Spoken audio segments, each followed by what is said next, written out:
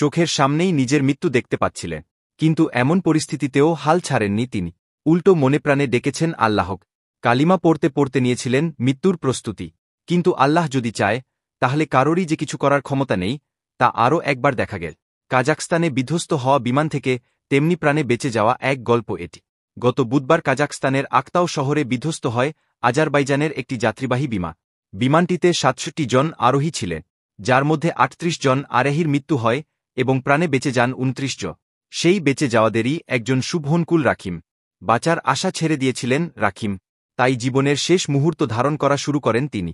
এ সময়ে তিনি তাকবীর দেওয়ার পাশাপাশি কালিমা পড়তে থাকেন। কিন্তু বিমান বিধ্বস্ত হলেও অবিশ্বাস্যভাবে পুরোপুরি অক্ষত থেকে যান রাখিম। তিনি জানান, প্রথম বিস্ফোরণের পর আমি ভাবতে থাকি যে কোনো সময় বিধ্বস্ত হবে বিমানটি। কিন্তু কয়েক সেকেন্ড চলে যাওয়ার পরও তেমন কিছু ঘটেনি। হাসপাতালের বিছানায় শুয়ে থাকা রাখিমভ গণমাধ্যমকে জানান,